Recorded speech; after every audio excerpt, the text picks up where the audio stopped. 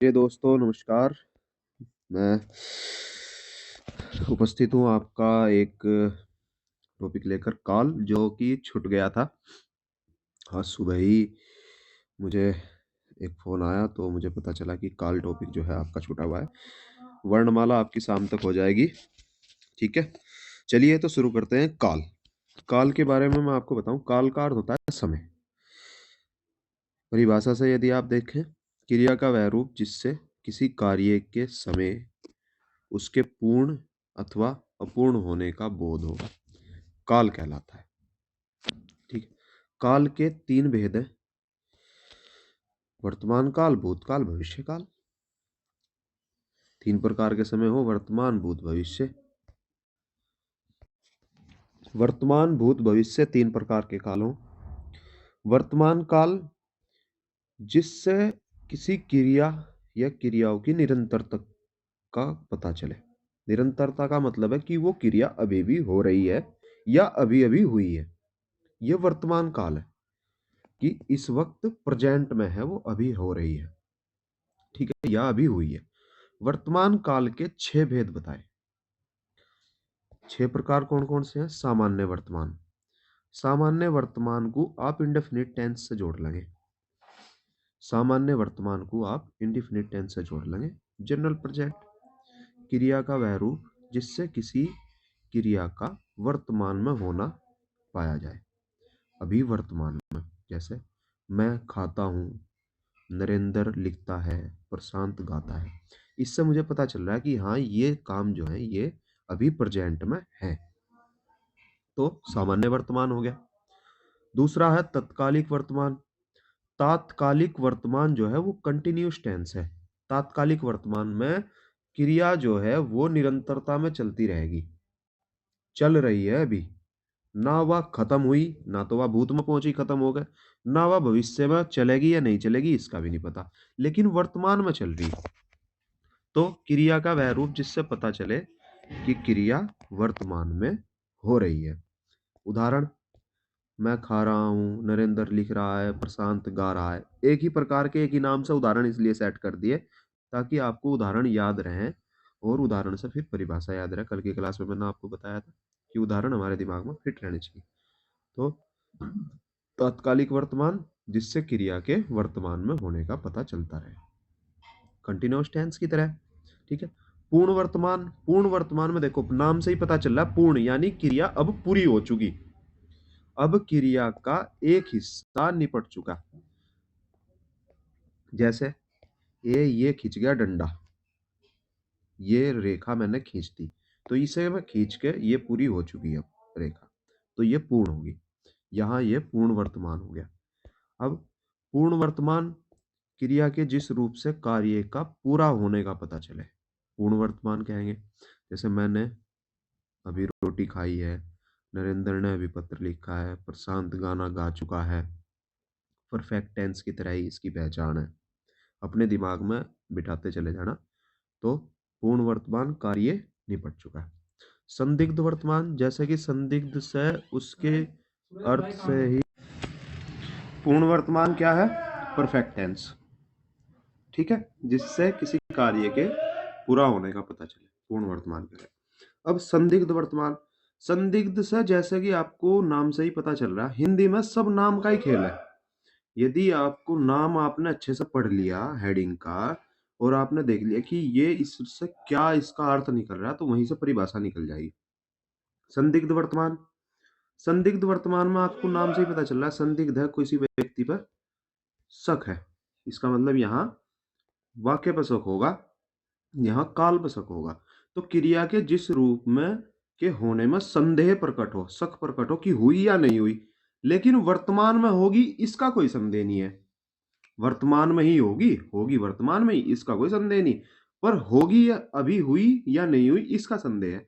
तो जैसे नरेंद्र पत्र लिखता होगा, हो सकता है लिखता हो या हो सकता है अभी थोड़ी देर बाद लिखे, ठीक है। प्रशांत गाना गाता होगा। उसके बाद अगला संभाव्य, संभाव्य से इसकी नाम से पता चला, संभाव्य यानी संभावित, ठीक है। तो जिसकी संभावना रहती हो, जिस क्रिया के होने की संभावना रहती हो वहां संभाव्य वर्तमान होगा। जैसे वह खाता हो, नरेंद्र पत्र लिखता हो, प्रशांत ने गाना गाया हो। तो ये सब संभावनाएं दर्शा दी, हो सकता है गाया हो सकता है शब्द भी आ सकता है इसमें। ठीक है, वह खाता हो मतलब हो सकता है कि वह खाता हो।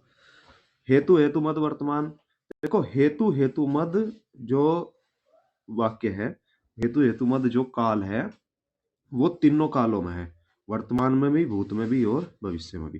तीनों को एक ही जगह याद कर लेंगे इसे। वर्तमान में तो वर्तमान का पता चल ही जाएगा, लेकिन होगी वहां भी शर्त ही, कंडीशन होगी वर्तमान में भी, और भूत में भी इसमें कंडीशन होगी, और भविष्य में भी कंडीशन होगी। काल के हिसाब से आपको इसकी पहचान कर लेंगे। ठीक है, इसकी एक क्रिया दूसरी क्रिया पर निर्भर करेगी। जब इसकी एक क्रिया पूरी हो जाएगी तभी दूसरी क्रिया होगी।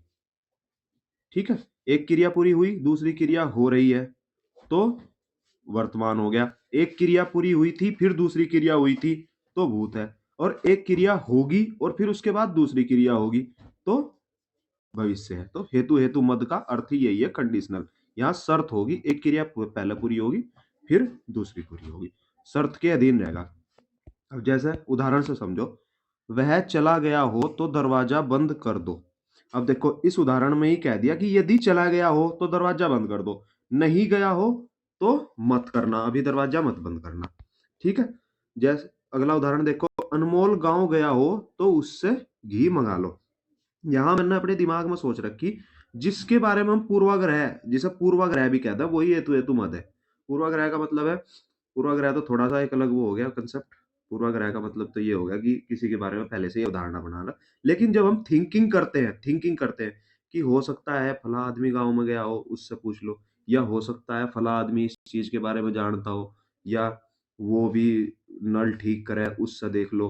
तो ये क्रियाएं हैं, हम थिंकिंग करेंगे। तो यहाँ मैंने क्या थिंकिंग करी, अनमोल गांव गया हो तो उससे घी मंगा लो। ठीक है, वह ड्यूटी गया हो तो उससे मेरी हाजिरी चढ़वा देना। ये सब हेतु हेतु मत है। ठीक है, हेतु हेतु मत समझ में आ गया वर्तमान।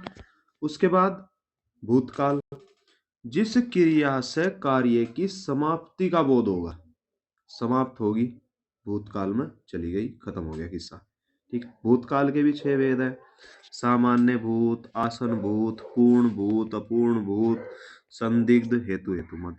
ठीक है, संभाव्य हट जाएगा, बाकी सब जू के तू है। ठीक है, तत्कालिक की जगह आसन आ गया। अब सामान्य भूत, वही सामान्य क्रिया का पता चल रहा है, कि समय का पता नहीं चल रहा है पर क्रिया का पता चल रहा है कि हो चुकी। देखो समय का पता नहीं चला पर क्रिया का पता चल गया होगी। प्रशांत गया और प्रशांत ने खाया। ठीक है, दोनों। आसन भूत, अभी निकट भूत में ही, ये इसमें ये पता चल गया कि अभी निकट भूत में ही, यानी अभी थोड़े समय से पहले ही ये क्रिया होकर निपट गई। आसन भूत में क्या गया, प्रशांत अभी अभी गया है। ठीक है, प्रशांत ने खाना खाया है, मतलब अभी अभी खाया, थोड़ी देर पहले ही, जस्ट जस्ट जस्ट शब्द। ठीक है, ये आसन्न भूत है। ये स्पेलिंग गलत होगी भाई, इसकी वर्तनी गलत होगी, आसन ऐसा बनेगा। ठीक है, आसन्न भूत। पूर्ण भूत, नाम से ही पता चल गया आपको पहले ही, अब की बार तो समझ ही गए होंगे। पूर्ण भूत, पूर्ण में क्या है कि पूरा हो गया काम। अब जब पूरा हो गया पहले ही, तो पूर्ण भूत में यानी ये क्रिया जो है पहले ही पूरी हो चुकी है, परफेक्ट टेंस आ गया। प्रशांत ने खाना खा लिया था, इसका पहचान देख लो, था, थी या चुका था। ठीक है, पूर्ण भूत की पहचान है। प्रशांत ने खाना खा लिया था, प्रशांत सो चुका था, बिल्कुल स्पष्ट क्रिया समाप्त हो रही। स्पष्टता से हमें पता चल रहा है कि ये पूर्ण भूत है। आसन भूत में आपने देखा कि यहाँ आसन भूत में हमें क्या पता चला, समय का। ठीक है, और सामान्य भूत में हमें समय का पता नहीं चल पाया कि कितनी देर पहले ये कार्य हुआ है। वही अगला देखो, यहाँ मैंने आपको ये नोट यहाँ डाल दिया, यहाँ डलना था ये। ठीक, पूर्ण वर्तमान और आसन भूत। आसन ऐसा बना है भाई, आधा नया फिर पूरा नया, ये गलत हो रहा है। ठीक है, आसन, पूर्ण भूत, पूर्ण वर्तमान और आसन्न भूत दोनों की एक सी ही पहचान है और एक सी ही इनकी परिभाषा है, एक सा ही क्रम है। ठीक है। वहां भी आसन्न भूत में क्या हो रहा है, प्रशांत ने खाना खाया है यानी अभी खाया, प्रशांत अभी अभी गया है, अभी अभी गया। ठीक है। और पूर्ण वर्तमान में क्या हो रहा था, पूर्ण वर्तमान में भी अभी अभी हो रहा था सब कुछ। ठीक है। नरेंद्र ने लिखा है, मैंने रोटी खाई है। तो यहाँ इसे देख के और कभी इसे देख के चौंक मत जाना कि वहां ऑप्शन में वर्तमान हो ना और भूत हो, तो आप ये सोचो कि ये तो भूत में आता ही नहीं है। तो है इसमें देख लेना, आसन्न भूत में आता है। आसन्न भूत ये भी कह सकते हो कि पास्ट परफेक्ट से ही बिल्कुल मिलता जुलता है। ठीक है। ऑप्शन दोनों में से एक ही मिलेगा। अपूर्ण भूत, कार्य की समाप्ति का पता ही नहीं चल रहा, कंटिन्यूअस में चल रही, पास्ट कंटिन्यूअस टेंस। जब मैं आया प्रशांत खा रहा था, जब मैं आया मनीष सो रहा था, जब मैं आया वह आने लग रहा था। ठीक है। रहा था, रही थी, ये सब अपूर्ण के हैं। संदिग्ध में फिर वही आ गया शक, भूतकाल में काम पूरा होने का संदेह है। वहां वर्तमान में संदेह था, यहाँ भूतकाल में संदेह है। मनीष चला गया होगा, दूर ही बैठा सोच रहा है मैं, मनीष चला गया होगा। शक है, गया नहीं गया अभी पता ही नहीं चल पाया, संदिग्ध, बस संदिग्धता में है। दिव्या ने खाना खा लिया होगा, अपनी थिंकिंग ले रहा है, हाँ हो सकता है खा लिया होगा। ठीक है। या जैसे हम रात को लेट पहुंचे या कोई गलती होगी हो, तो हम सोचे कि पापा तो सो गए होंगे, अब चलो घर।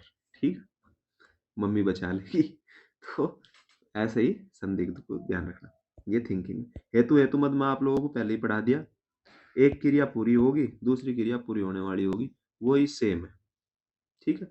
जिस रूप से पता चले कि क्रिया भूतकाल में होने वाली थी पर हुई नहीं, पहला पहली पूरी होनी थी, फिर दूसरी पूरी होगी, और इसलिए पहली पूरी नहीं हुई तो दूसरी भी नहीं हुई। जैसे वर्षा जाती, हेतु हेतु मत शर्त है, संभावना, मतलब वो शर्त दे दी, वर्षा जाती पर गई नहीं, तो हुई तो नहीं पूरी। या यूं कह लो, वर्षा जाती पर उसकी मम्मी नहीं आई, उसकी मम्मी नहीं आई तो वर्षा भी नहीं गई। मैं सहारनपुर जाता किंतु घर पर कोई नहीं था, तो हेतु हेतु मजबूत है। ठीक है, था आ गया। मैं खेलने नहीं जाता तो मैं पढ़ता, कंडीशन आएगी और क्रिया भी पूरी नहीं हुई, तो हेतु हेतु मजबूत हो गया। भविष्य काल, तीन प्रकार के ही भविष्य होंगे। भविष्य काल वही है जब भविष्य में किसी क्रिया का होने का पता चलेगा, तो भविष्य काल में मैं पढ़ूंगा, मैं फलाना कार्य करूंगा, मैं प्रशांत पीसीएस की तैयारी करेगा, मैं अभी उठकर पानी पीऊंगा, तो ये सब भविष्य काल। गा गी गे। सामान्य भविष्य, जिसमें सामान्यतः कोई चीज भविष्य में होने का बोध हो, 1 घंटे बाद, 2 घंटे बाद, या कल की या परसों की कोई ऐसी चीज हमें पता चले, तो वो सामान्य भविष्य होगा। जैसे मैं कल पेपर देने जाऊंगा, तो ये सामान्य भविष्य हो गया। और यदि मैं इसे कह दूं शायद मैं कल पेपर देने जाऊं, तो यह संभावना बना दी मैंने, हो सकता है, संभावना क्रिएट कर दी कि हो सकता है जाऊं या ना जाऊं, तो शायद मैं कल पेपर देने जाऊंगा, ये संभाव्य भविष्य। इसकी पहचान संभाव्य भविष्य की क्या होगी, शायद शब्द, शायद या हो सकता है, ये संभाव्य भविष्य। हेतु हेतु मद, पहले ही बता चुका मैं, एक क्रिया होने के बाद दूसरी क्रिया शुरू होगी, एक क्रिया के बाद ही दूसरी क्रिया होगी, एक क्रिया पे ही दूसरी क्रिया निर्भर करे। वह चले जाए तो मैं बैठूं, बैठने की जगह नहीं है, मैं चले जाएंगे तो मैं बैठूंगा। ठीक है। वह मुझे आमंत्रित करें तो मैं शादी में जाऊं, जैसे हम अक्सर कर शादी में कहें, वह मुझे आमंत्रित करे तो मैं शादी में जाऊं। ठीक। तो हेतु हेतु मत भविष्य। इसी के साथ आपका काल चैप्टर पूरा हो गया। इसमें मैं उम्मीद करता हूँ कि आप इसे बहुत अच्छे से समझ लें। इसमें कम से कम आपको 2 नंबर मिल सकते हैं। ठीक है। 1 नंबर तो पक्का ही समझो, 1 से 2 नंबर के क्वेश्चन आएंगे। और इसी तरीके से आप बिल्कुल सरल भाषा में इसे याद कर लें। अगर आप इनके अर्थों में और परिभाषा में उलझने की कोशिश करेंगे, तो मैं नहीं समझता कि आप इस क्वेश्चन को कर लेंगे, वहां रड़ जाएंगे। तो इसलिए इसे बिल्कुल आसान भाषा में, साधारण भाषा में अपने पर लेकर, जैसे मैंने ही समझाए, इसी प्रकार से आप समझने की कोशिश करें और इन्हें पढ़ने की कोशिश करें। इनकी हेडिंग भी देखें और फिर उसी से अर्थ निकाल लें, तो ये आपके जल्दी समझ में आ जाएंगे।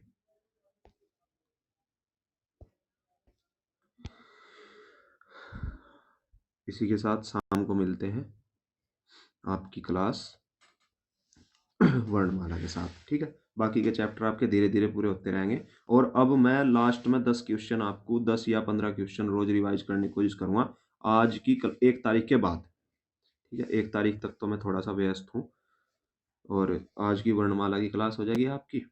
फिर आपको थोड़ा थोड़ा रोज किसी ना किसी चीज़ के बारे में मैं बताता रहूँगा थोड़ा सा। और आपके 10 20 50 क्वेश्चन 10 20 क्वेश्चन ऐसे तैयार कर दूंगा कि इन 18 दिनों में आपकी हिंदी इतनी पक्की हो जाएगी कि 38 में से ज़्यादा तो मैं कहता नहीं, पर 27 से 28 क्वेश्चन आपको यहीं से मिल जाएंगे, ठीक है।